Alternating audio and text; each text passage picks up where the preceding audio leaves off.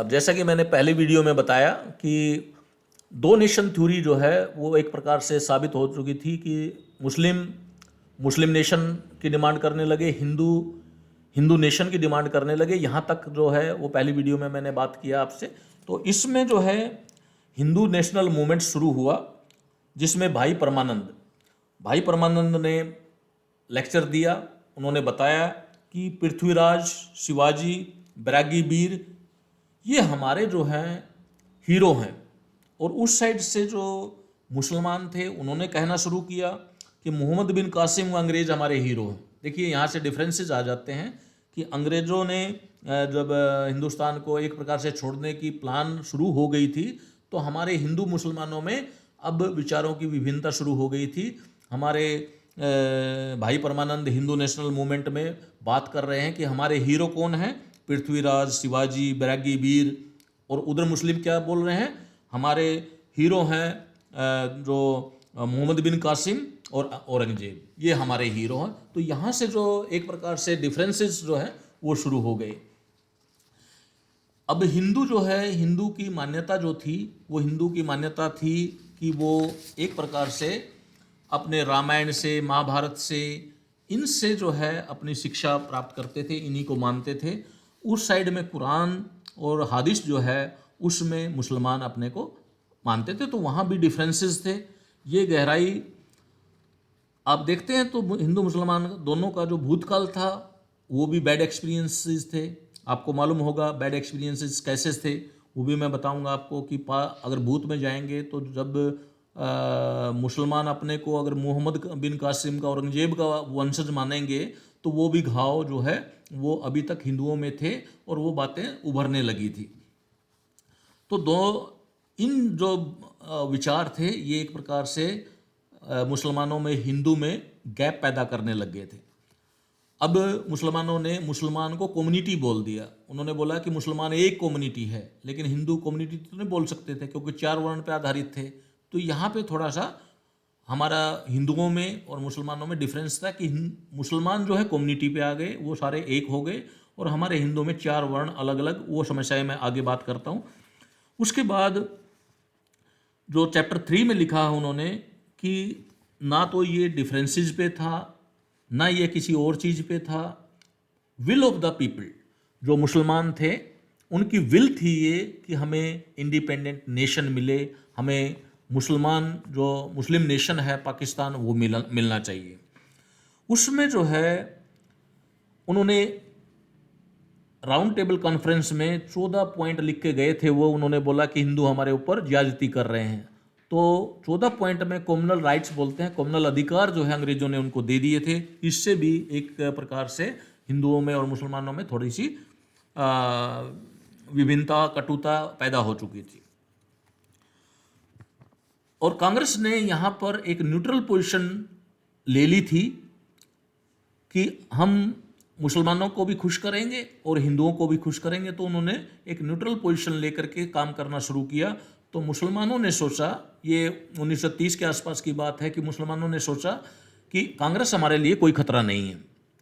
और 1937 में इलेक्शन हुए, गवर्नमेंट बनी, जो प्रांत थे उनमें गवर्नमेंट बनी, प्रधानमंत्री बने सभी के। वो आप देख सकते हैं 11 या 13 प्रांत थे जिनमें प्राइम मिनिस्टर भी बने थे, मंत्री भी बने थे। हमारा पंजाब में था, तो उस तरह से बॉम्बे था। 11 प्रांत थे उस टाइम मेन जो इलेक्शन करवाए थे, और प्रेसिडेंसी बोलते हैं उनमें। इलेक्शंस जो है इंटरिम गवर्नमेंट बनाई थी उन प्रांतों में। तो वहाँ पर जो है मुसलमान क्या सोचे बैठे थे कि कांग्रेस हमारे लिए खतरा नहीं है, लेकिन जब वो सरकार बनी तो उनके ऊपर अत्याचार हुए। उन्होंने जो बोला है कि बुक में कि मुसलमानों ने कहा कि हमारे ऊपर कांग्रेस ने बहुत अत्याचार किए हैं, ये सरकार बनी है, और वहाँ से कटुता पैदा हो गई कांग्रेस और मुसलमानों के बीच में। अब जो है स्वराज के लिए भी एक राउंड टेबल कॉन्फ्रेंस हुई, जब स्वराज की मांग की गई। और अब जो है राउंड टेबल कॉन्फ्रेंस में जब स्वराज की डिमांड हुई तो यहाँ पर आकर के जो मुसलमान थे वो कांग्रेस के दुश्मन हो चुके थे। अब कांग्रेस ने मुस्लिम लीग को रिप्रेजेंटेशन एक प्रकार से मुसलमानों का मानने से इनकार कर दिया था उस समय पे, जब राउंड टेबल कॉन्फ्रेंस में गए थे। तो मुसलमान वैसे ही नाराज हो गए थे उनसे। मुस्लिम लीग जो है, एक तो मुस्लिम लीग थी, एक अहरास थी, एक नेशनल मुस्लिम और जमायत उल उलेमा, ये 4 ग्रुप थे इनके मुसलमान साइड से। मुस्लिम लीग, अहरास, नेशनल मुस्लिम और जमायत उल उलेमा। लेकिन जो कांग्रेस थी वो ज़्यादा अहरास, नेशनल मुस्लिम और जमायत उल उलेमा को इम्पोर्टेंस दे रही थी, मुस्लिम लीग को इम्पोर्टेंस नहीं दे रही थी उस टाइम तक। कांग्रेस ने बाकी को तो मुसलमानों का रिप्रेजेंटेटिव मान लिया था, लेकिन मुस्लिम लीग को रिप्रेजेंटेटिव नहीं मान रही थी जानबूझ करके। अब जो है कांग्रेस का एग्रीमेंट भी हो गया मुस्लिम लीग को छोड़ करके, बाकी सभी जो 3 ग्रुप हैं, अहरास, नेशनल मुस्लिम और जमायत उल उलेमा, इनके साथ, तीनों के साथ एग्रीमेंट हो गया, लेकिन मुस्लिम लीग को छोड़ दिया। अब मुसलमानों को एक और उम्मीद थी कि जो सरकार बनी थी 1937 में, कि हमें मंत्री पद दिया जाएगा, जहां कांग्रेस की गवर्नमेंट थी। पंजाब में यूनियनिस्ट पार्टी प्लस बाकी लोग थे, वहां कांग्रेस की नहीं थी। बाकी प्रांतों में जहां कांग्रेस की गवर्नमेंट थी, उन्होंने मुसलमानों को एक प्रकार से उनका मंत्री पद नहीं दिया, जितना हिस्सा उनका बनता था उससे भी मुसलमान नाराज हो गए। अब जो है यहाँ आकर के हमारी हिंदू महासभा एक प्रकार से सामने आती है, और कांग्रेस में हिंदू महासभा में डिफरेंसेस आने लग गए। बहुत तकड़े डिफरेंसेस थे हिंदू महासभा में और कांग्रेस में। अब कांग्रेस जो है एक प्रकार से न्यूट्रल थी, ज़्यादा कट्टर नहीं थी, लेकिन हिंदू महासभा एक प्रकार से हिंदू कट्टरता का एक रिप्रेजेंटेशन करती थी। अब आप इतिहास में जाएंगे तो पहले मुस्लिम क्रिमिनल लॉ चलता था, जो अंग्रेज़ों के जो मैकाले का लॉ आया उसके द्वारा उन्होंने चेंज कर दिया। मैंने पहले एक वीडियो में बताया था कि हमारे डिस्ट्रिक्ट कोर्ट में, हमारे हाई कोर्ट में मुस्लिम क्रिमिनल लॉ से ही हमारे जस्टिस होता था, मुस्लिम सिविल लॉ से ही हमारे जस्टिस होते थे। लेकिन मैकाले के टाइम में इन रूलों को चेंज किया गया, आईपीसी आया, सीआरपीसी आया, और उनको बदल करके मुस्लिमों को कहीं ये भी दुख था कि अंग्रेज़ों ने हमारा जो प्रभुत्व था, जो मुगलों के टाइम से चला आ रहा था, उसको कम कर दिया, हमें कमज़ोर बना दिया, क्योंकि हमारे मुस्लिम क्रिमिनल लॉ और मुस्लिम सिविल लॉ जो है हटा करके उन्होंने अंग्रेज़ों ने अपने लॉ ला दिए, जिससे हिंदू कहीं ना कहीं ऊपर आ गए। उनका कहना था कि हिंदुओं को इम्पोर्टेंस मिल गई और हमारा जो है हमें डाउन कर दिया गया। इंग्लिश को लैंग्वेज बना दिया कोर्ट की। उससे पहले जो है ये पर्शियन लैंग्वेज होती थी और काजी होते थे वहाँ पे, और शरीयत का राज चलता था, शरीयत के अनुसार न्याय होते थे। तो वहाँ पे अंग्रेज़ों ने जब उसको एबोलिश कर दिया, काजी वाला जो फंडा है और शरीयत वाला जो लॉ था वो ख़त्म कर दिया, मुस्लिम क्रिमिनल लॉ को भी ख़त्म कर दिया, क्रिमिनल जो सिविल लॉ था मुस्लिम वो भी ख़त्म कर दिया, और ऑफिशियल लैंग्वेज भी पर्शियन से कोर्ट की लैंग्वेज जो है वो इंग्लिश बना दी गई। तो ये भी एक खुंदक थी मुसलमानों में कि अंग्रेज़ों ने कहीं ना कहीं हमारे साथ गलत किया, और हमारा जो एक सिस्टम था, क्योंकि हमने तो 600 साल राज किया था, ये बात बोलते हैं कि 600 साल हमने राज किया था और हमारी चलनी चाहिए थी, अंग्रेज़ आए तो हमें कमज़ोर क्यों किया। ये भी उनको एक प्रकार सा दर्द था, और उन्होंने बोला कि अंग्रेज़ों के इन कानूनों की वजह से हिंदू हमारे मास्टर बन गए हैं। तो एक दर्द जो है वो अंग्रेज़ों के प्रति भी था उनका, कि हमारे क्यों हिंदुओं को ऊपर लाया गया और हमारे मास्टर क्यों बनाया गया। तो उसमें जो है उन्होंने बोला कि हमें अलग देश चाहिए, पीसफुल कंट्री, उन्होंने बोला पीसफुल होम, जिसको बोलते हैं उन्होंने peaceful home for Muslim, peaceful home for Muslim चाहिए। आप जानते हैं कितना पीसफुल है, आज भी आप देख सकते हैं कि पाकिस्तान कितना पीसफुल है, वो तो आप उसी से समझ जाएंगे। हिंदू केस अगेंस्ट पाकिस्तान, हिंदू विरुद्ध पाकिस्तान बनाने में क्यों हुआ उसका बताया उन्होंने कि हिंदू इसलिए नाराज़ थे कि हमारा जो है हिंदुस्तान हमारा है, जो बाहर से लोग आए, इन्वेडर बोलते हैं उनको, कि उन्होंने हमारे ऊपर कब्जा किया, उन्हीं ने हमारे ऊपर अटैक किए, हमें लूटा, और फिर आप बोल रहे हैं कि ये देश जो है हमारा मुस्लिमों का है, हमें बंटवारा चाहिए। उन्होंने एक प्रकार से हिंदू ये चाहते थे कि इससे बेटर है कि आप हिंदू बन जाएं। हिंदुस्तान का बंटवारा नहीं चाहते थे, इंडिया का बंटवारा हिंदू जो हमारे हिंदू भाई थे वो नहीं चाहते थे। उन्होंने बोला कि ये डिफेंस के ऑफ इंडिया के लिए खतरा है, हमारे देश के टुकड़े होंगे, ये हमें मंजूर नहीं है। और कॉमनल प्रॉब्लम जो है वो सोल्व करने में एक प्रकार से हिंदू यहाँ फेल हो जाता है, उनको समझाने में फेल हो जाता है। तो ये 3 पॉइंट लिखे हुए हैं पार्ट 2 में। अब जो है कौन कौन किस समय आए वो पूरी डिटेल हिस्ट्री की एक प्रकार से इन्होंने थोड़ा बताया है। इंडीज जो बोलते हैं, इंडिया, इंडीज से इंडिया बना। इंडीज 5 है, north India, western India, central India, eastern India, southern India. इसमें जो है 80 किंगडम थे। अफगानिस्तान तक, गजनी, काबुल तक मैंने पहले भी वीडियो बनाई है, वहाँ तक फैला हुआ था। अफगानिस्तान, गजनी, काबुल और पंजाब व अफगानिस्तान जो है वहाँ बौद्ध और वैदिक दोनों थे, बौद्ध भी था और वैदिक भी धर्म था। तो हमारे जो दुर्भाग्य शुरू हुआ वो दुर्भाग्य शुरू हुआ मोहम्मद बिन कासिम से। सबसे पहले मोहम्मद बिन कासिम जो है वो हमारे ऊपर अटैक किया। उसके बाद मोहम्मद गजनवी 30 साल की उम्र और वो 17 बार हमारे ऊपर अटैक किया। सबसे पहले मैंने बताया कि मोहम्मद बिन कासिम आया, उसके बाद मोहम्मद गजनवी 17 बार अटैक किया, जो 1001 एडी से लेकर 1030 एडी तक 29 साल का जो है उम्र दिखाई गई है, 30 साल उम्र दिखाई गई है मोहम्मद गजनी की। उसी के अंदर 17 बार उसने अटैक किया। मुझे नहीं पता है झूठा है सच है, 17 बार उसने हमारे देश को लूटा। वो एज का जो बात कर रहा हूँ मैं। मोहम्मद गोरी आया उसके बाद 1173 से 1206 तक, 1173 से 1206 तक उसकी उम्र दिखाई है। आप समझ सकते हैं कि 27 और 6 33 साल की उम्र में मोहम्मद गोरी ने खूब लूटा हमें। उसके बाद मुगल जो है चंगेज खां पहले आया, चंगेज खां बॉर्डर पे ही रहा 1221 में। तैमूर, आजकल लोग जो है अपने बच्चे का नाम तैमूर रख रहे हैं, तो तैमूर ने 1398 में हिंदुओं को बोला कि मैं अल्लाह का बंदा बनाने आया हूँ। तैमूर जो है उसने मारकाट मचाई हिंदुस्तान में और उन्होंने बोला कि मैं हिंदुओं को अल्लाह का बंदा बनाने आया हूँ। आज जो लोग अपने बच्चे का नाम तैमूर भी रख देते हैं। उसके बाद बाबर जो है 1526 में, और वहाँ से जो मुगल साम्राज्य शुरू हुआ आपको मालूम है। मुगल साम्राज्य के बाद भी 1738 में नादिर शाह आया। आप हिस्ट्री पढ़ सकते हैं, जैसे ही चीज़ें मैं बता रहा हूँ। 1738 में नादिर शाह आया। 1761 में अहमद शाह अब्दाली को बुलाया गया। 1761 में अहमद शाह अब्दाली को बुलाया गया क्योंकि मराठे बहुत स्ट्रांग हो रखे थे उस टाइम।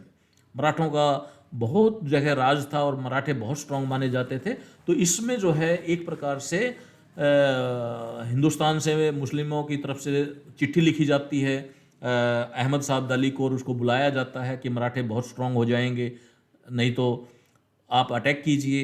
और 1761 में अहमद शाह अब्दाली ने जो पानीपत की तीसरी लड़ाई थी उसमें मराठों को हरा दिया। आप वो भी हिस्ट्री समझ सकते हैं, क्यों हारे, क्या रीज़न रहे, किस तरह से उन्होंने जाट समर्थन नहीं मांगा। जाट तबका था वहाँ पानीपत के आसपास, सारा हरियाणा, वेस्टर्न यूपी, उस टाइम हरियाणा हुआ करता था ये, लेकिन उन्होंने समर्थन नहीं मांगा, इसलिए समर्थन नहीं मिला और वो बच्चों को, औरतों को लेकर आए थे मराठे। कुछ वो इतिहास में पढ़ सकते हैं आप, कुछ कमियां रही थी तो अहमद शाह अब्दाली से भी हम हारे हैं। ये एक प्रकार से डॉक्टर अंबेडकर ने एक हिस्ट्री का एक बताया है कि ये हिस्ट्री में एक प्रकार से दिखाया गया है। उसमें जो है 1857 में जो मुटिनी हुई थी, उसमें मुटिनी में जो हमारी गवर्नमेंट थी वो उसमें सिख थे, गोरखाज थे, राजपूत थे, गुज्जर थे, जाट थे, उसके बाद पठान, गढ़वाली, राजपूत, ये सारी सेना हुआ करती थी। और अंबेडकर जी ने लिखा कि जो फॉरवर्ड कास्ट के लोग थे वही ज़्यादातर सेना में जाते थे और बाकी छोटे कामों के लिए बाकी जातियों से भी सेना में भर्ती किया जाता था। तो इसमें जो बात है कि क्यों ऐसी सिचुएशन आई कि हमें पाकिस्तान और हिंदुस्तान दो बातों के बारे में विचार करना पड़ा और पाकिस्तान जो है वो अलग डिमांड आ गई। तो उसमें कुछ सिचुएशन मैंने बताया कि मैं किसी को ब्लेम, जो डॉक्टर अंबेडकर ने लिखा है वही बात मैं आपसे कर रहा हूँ, मैं किसी को ब्लेम नहीं कर रहा, सिचुएशन मैं बता रहा हूँ। लाला हरदयाल हुए 1925 में। वो प्रताप लाहौर पेपर जो है, लाहौर में एक प्रताप पेपर निकलता था, उसके अंदर उन्होंने एक लेख लिखा जिसमें उन्होंने बोला कि हमारे 4 पिलर हैं। लाला हरदयाल 1925 में प्रताप जो है लाहौर में पेपर निकलता था, उसमें एक लेख लिखा गया जिसमें लाला हरदयाल ने बोला 1925 में कि हमारे 4 पिलर हैं, 4 स्तंभ हैं हमारे: हिंदू संगठन, हिंदू राज, मुसलमानों की शुद्धि और अफगानिस्तान वालों की शुद्धि। ये लेख लिखा गया, एक सार बता रहा हूं मैं। उन्होंने 4 पिलर बोले कि ये 4 काम हमें जरूर करने पड़ेंगे: हिंदू संगठन, हिंदू राज, मुसलमानों की शुद्धि और अफगानिस्तान की शुद्धि। ये लेख लिखने के बाद जो है एक प्रकार से शुरुआत हो गई थी द्वेष पैदा होने की।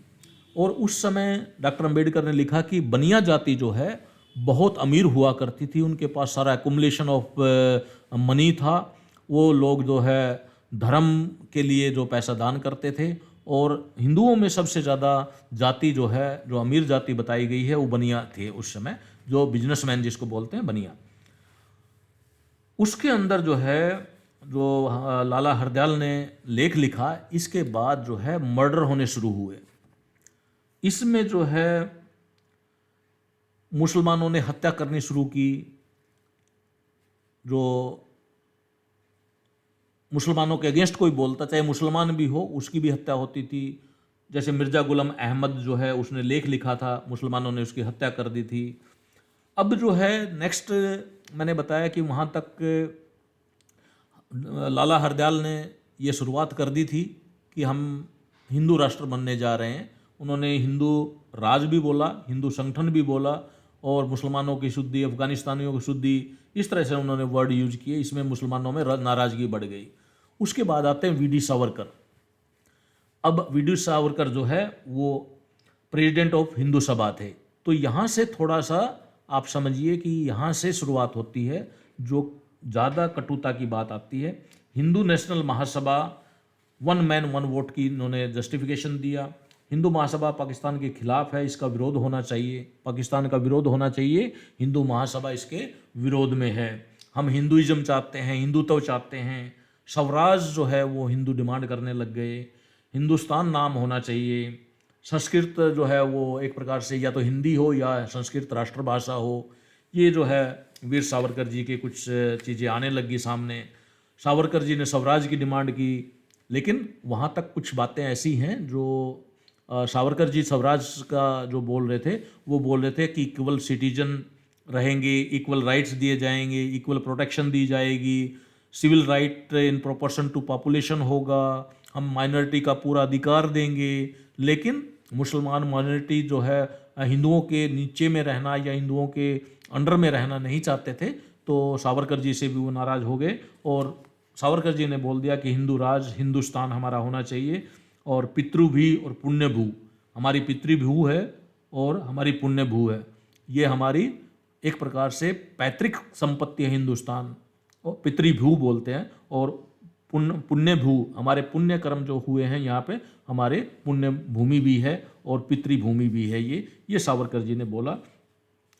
अब जो है हिंदू की डेफिनेशन दी सावरकर जी ने, who regards and owns his Bharat bhumi as fatherland as well as his holy land. वही एक प्रकार से हिंदू होगा जो रिगार्ड करेगा भारत भूमि का एज ए फादरलैंड और होली लैंड। इसमें जो है वैदिक, सनातन, जैन, बुद्ध, सिख, आर्य समाज, ब्रह्म समाज, देव समाज, प्रार्थना समाज, ये हिंदू में आएंगे। ये सावरकर जी की डेफिनेशन है। मुस्लिम, क्रिश्चियन, पारसी एंड ज्यूस ये अलग रख दिए उन्होंने। हिंदू महासभा जो है वो वीर सावरकर जी लीड कर रहे थे उस समय। 1937 में हिंदू महासभा अहमदाबाद में हुई, वहाँ पे कॉन्फ्रेंस हुई, और सावरकर जी और जीना, जो अंबेडकर जी ने लिखा, बिल्कुल वही मैं बातें बता रहा हूँ, मेरा कोई शब्द नहीं है इसमें। 1937 में हिंदू महासभा अहमदाबाद, उसके बाद जो उन्होंने दिखाया कि सावरकर और जीना जी एक प्रकार से 2 नेशन थ्योरी पे एग्री हो गए। 2 नेशन थ्योरी क्या थी? एक हिंदू नेशन, एक मुस्लिम नेशन। यहाँ एग्रीमेंट हो गया जीना जी का और सावरकर जी का कि हिंदू नेशन और मुस्लिम नेशन। लेकिन इसको गलत मत समझिए, सावरकर जी क्या बोल रहे थे कि सेंटर में हिंदू नेशन रहेगा, हमारा जो है सेंटर में हिंदू नेशन रहेगा, प्रभुत्व हमारा रहेगा, और एक जो है वो जो मुस्लिम नेशन है वो उसके अंडर में रहेगा। थ्योरी तो यहाँ से शुरू हुई थी। सावरकर जी, इवन डॉक्टर अंबेडकर बिल्कुल क्लियर बता रहे हैं इस बात को कि सावरकर जी ने क्या बोला था कि सेंटर में जो है टॉप में हमारा हिंदू नेशन हो जाए और उसी के अंडर में एक पाकिस्तान नेशन हो। ये दो नेशन की थ्योरी वहां से एक प्रकार से अस्तित्व में आ गई। सावरकर जी ने बिल्कुल उसी में, डॉक्टर अंबेडकर लिखते हैं कि सावरकर जी ने पूरी तरह से विरोध किया, पूर्ण तरह से विरोध किया कि हमारे हिंदुस्तान के दो टुकड़े नहीं होने चाहिए। ये लिखा हुआ है पेज नंबर 170 के आसपास, आप देख सकते हैं। इसमें सावरकर जी ने ये बिल्कुल खारिज किया कि हमारे देश के टुकड़े नहीं होने चाहिए। एक हिंदू नेशन हो सकता है, एक मुस्लिम नेशन हो सकता है। सेंटर में जैसे हमारी मेजॉरिटी है तो सेंटर में हमारा हिंदू नेशन हो जाए, उसके अंडर में पाकिस्तान नेशन जो हमारा मुस्लिम नेशन हो जाए। उन्होंने टुकड़ों की बात नहीं की थी, उन्होंने बंटवारे की बात नहीं की, वो इसके विरोध में थे, कट्टर विरोध में थे। दो नेशन एक देश में उन्होंने बताया कि एक कंट्री के अंदर दो नेशन हो सकते हैं। आप बाहर की थ्योरी लेंगे तो उनके एग्जाम्पल भी दिए हैं डॉक्टर अंबेडकर ने। एक नेशन के दो नेशन एक कंट्री के अंडर में, एक मुस्लिम नेशन एक हिंदू नेशन, ये सावरकर जी ने बोला था। मुस्लिम को पावर मिलेगी जैसे हिंदुओं को मिलेगी, ये सावरकर जी ने बोला कि हिंदुओं को भी उतनी ही पावर मिलेगी और वैसे ही मुसलमानों को पावर मिलेगी।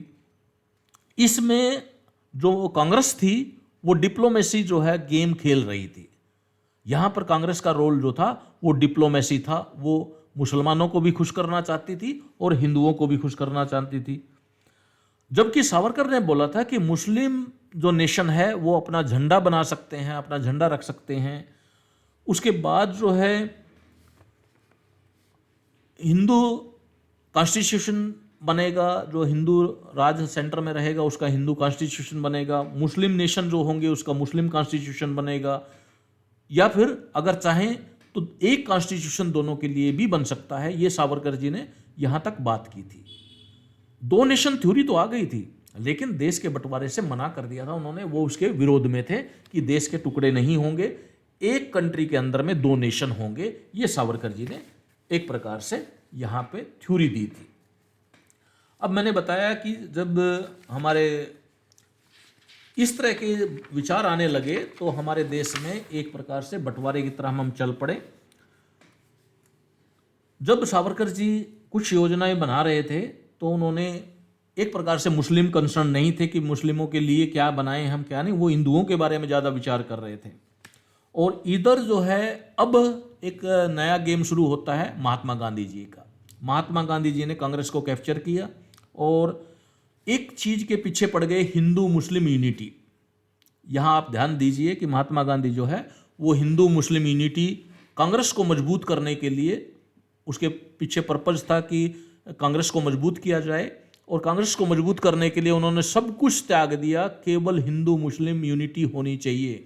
मुसलमान हिंदुओं को मारते थे, मर्डर करते थे, अत्याचार करते थे, उसके बाद भी महात्मा गांधी चुप थे और महात्मा गांधी ने बोला कि मुझे Hindu unity, Hindu Muslim unity चाहिए बस।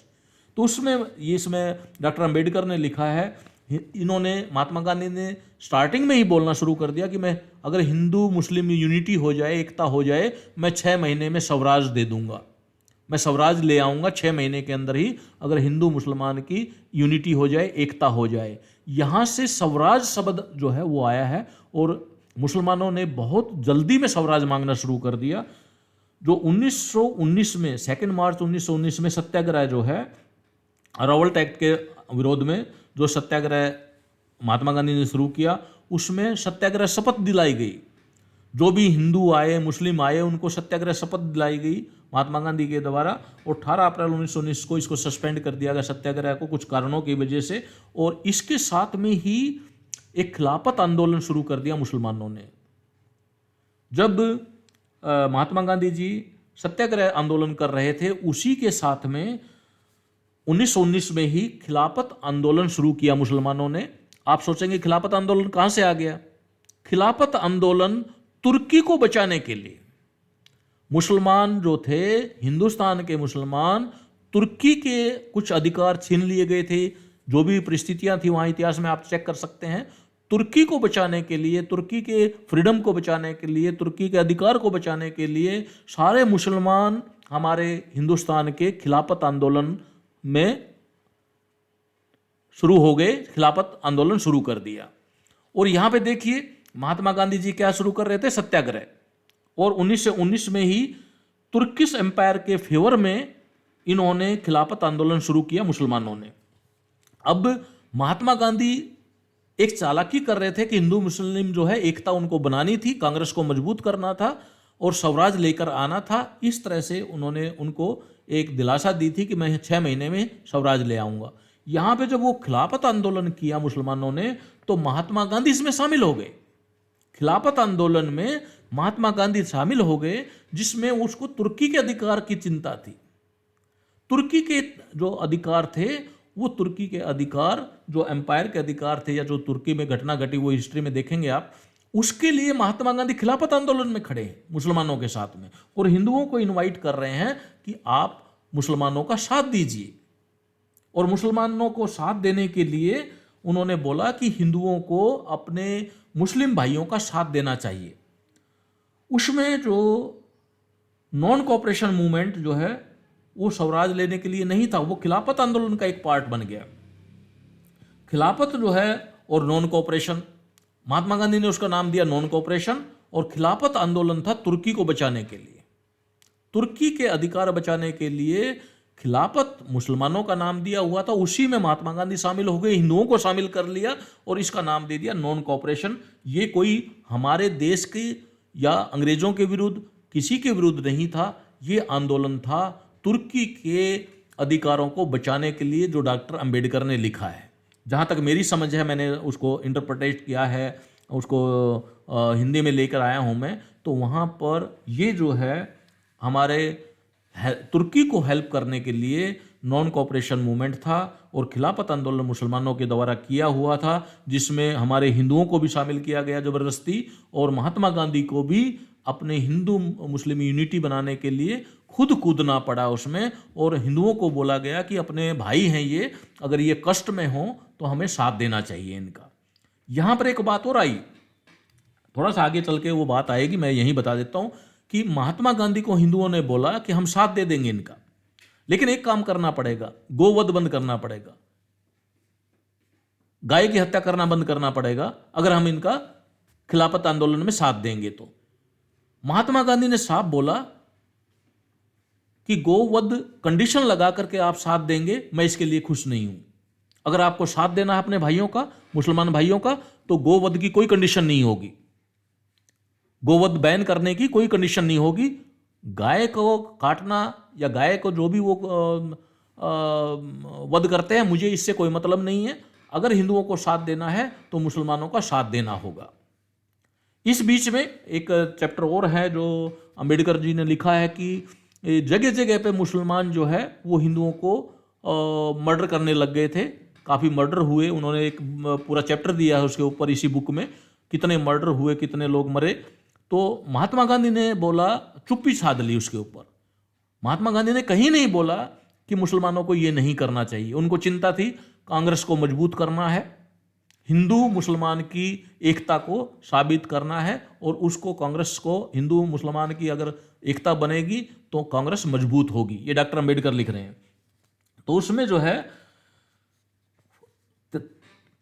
23 नवंबर 1919 को खिलाफत कॉन्फ्रेंस हुई दिल्ली में। 23 नवंबर को first Khilafat conference in Delhi. Non cooperation, Mahatma Gandhi ने उस खिलाफत आंदोलन को थोड़ा सा लोगों को दिखाया कि हम अंग्रेजों के विरुद्ध लड़ रहे हैं, उसको खिलाफत का नाम दिया गया। 9 जून 1920 को इलाहाबाद में फिर एक कॉन्फ्रेंस होती है, 9 जून 1920 को इलाहाबाद में।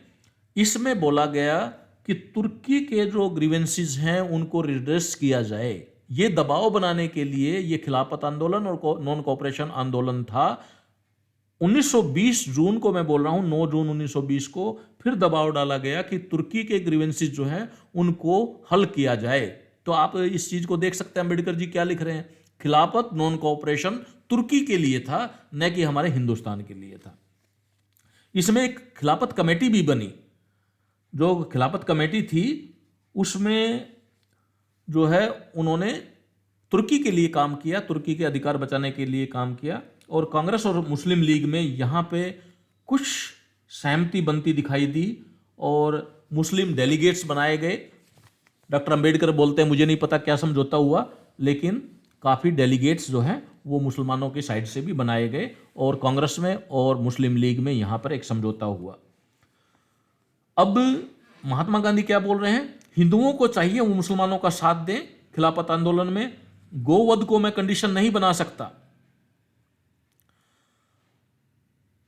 अब जब नॉन कोऑपरेशन मूवमेंट खिलाफत में आंदोलन हुआ तो स्वराज का इन्होंने एक महात्मा गांधी ने वर्ड दिया कि स्वराज मैं लाना चाहता हूं, और इसमें मुसलमान जो है स्वराज की डिमांड करने लग गए, बहुत ज़्यादा अधैर्य हो गए एक प्रकार से। उन्होंने बोला कि हमें स्वराज चाहिए, अभी स्वराज चाहिए।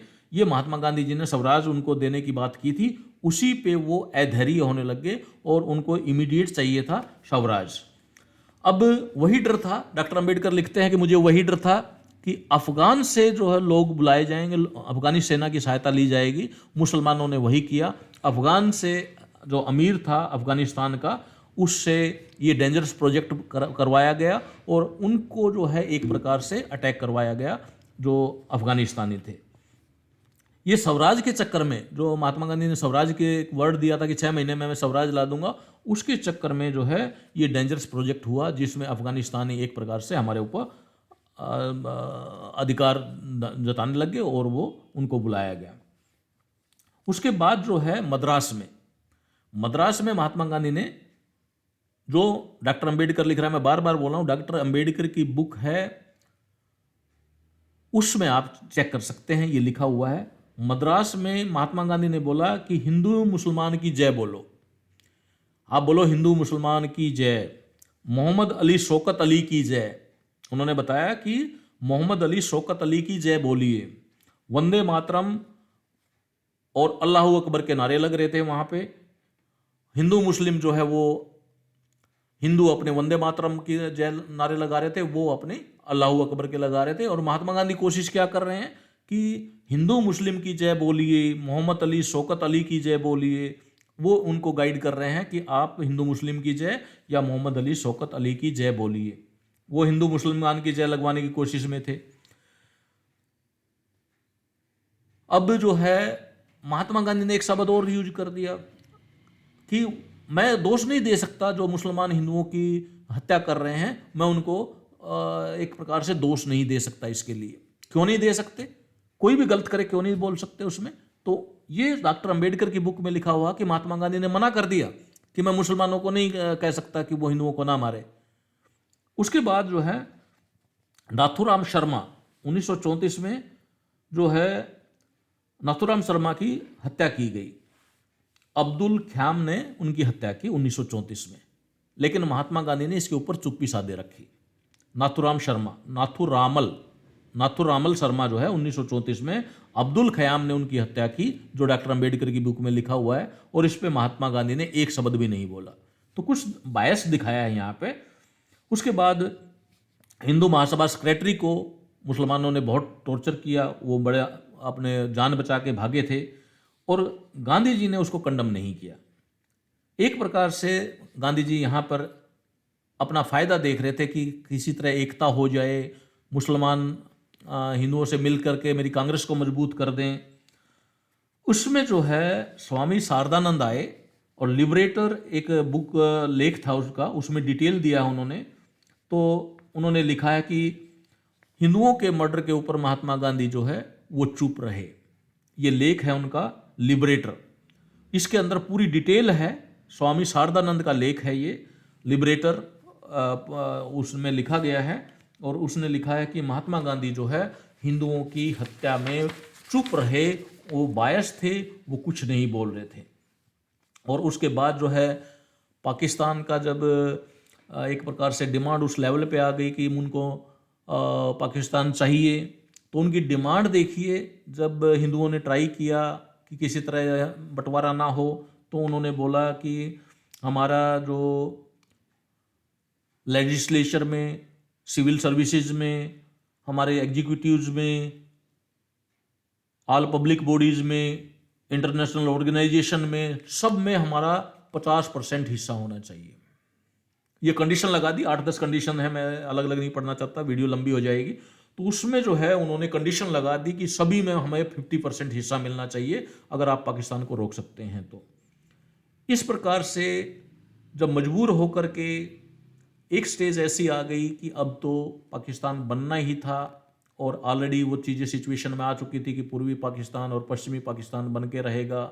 और फिर आप वो कहानी भी जानते हैं कि कलकत्ता से शुरू हुई और महात्मा गांधी जी वहाँ जाके अनशन पे बैठे कि मुसलमानों को मत मारो, जबकि वो हिंदुओं को इतना मार चुके थे। और वीडियो में भी आपको मिल जाएगा कि बहुत सारे लाखों हजारों में हिंदुओं मार चुके थे, और फिर महात्मा गांधी जी अनशन पर बैठते हैं। जब हिंदुओं ने हथियार उठाए उनको रोक दिया गया। तो कुछ चीज़ें जो है ये संशय पैदा करती हैं। ये अंबेडकर जी ने लिखा है, जिन्होंने अपना एक प्रकार से बिल्कुल तटस्थ होकर के पक्ष दिया है कि ना वो हिंदू को खुश करना चाहते, ना वो मुसलमान को खुश करना चाहते, ना महात्मा गांधी को खुश करना चाहते। उन्होंने बिल्कुल क्लियर कंसेप्ट, जो बुक मैंने बताया है, इसका बुक का मैं रेफरेंस दे देता हूँ, पाकिस्तान और पार्टीशन ऑफ इंडिया, ये 1946 में पब्लिश हुई थी और material publication committee MS Bombay ने इसको प्रिंट किया है। हमारी government of India, central government ने अभी अपना एक प्रीफेस दे करके इसको प्रिंट किया गया है, जिसमें कुमारी सैलजा का भी ऊपर फोटो है और उसका प्रीफेस लगा हुआ है। एक प्रकार से आप देख सकते हैं उसको, और उसके मैं कुछ तथ्य आपके सामने लेकर आया हूं। तो इसमें आप जो भी जानकारी है, अगर आपको अच्छी लगी है, वीडियो को शेयर कीजिए और सब्सक्राइब कीजिए चैनल को, ताकि हौसला बढ़े और आपके लिए मैं और जानकारी लेकर के आऊँ। इसका जो थोड़ा सा पार्ट बचा हुआ है कि इसके बाद कैसे कैसे हमारी जो बंटवारा हुआ, बड़ा दुखदाई था, उसके बारे में एक वीडियो में लेकर आऊँगा, जो डॉक्टर अंबेडकर के द्वारा लिखी हुई होगी। इसी बुक का पार्ट है, उसका मैं नेक्स्ट वीडियो में पूरा डिटेल में आपको बताऊँगा। धन्यवाद।